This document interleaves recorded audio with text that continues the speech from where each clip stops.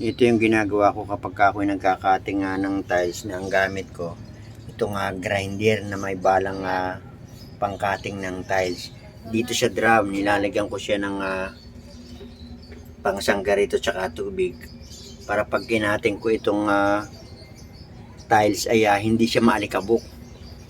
Kasi nga, minsan hindi maiwasan na may mga bahay na mga katabi, maalikabok. So ito yung ginagamit ko, naglalagay ako ng drum at dito ko kinakating sa loob.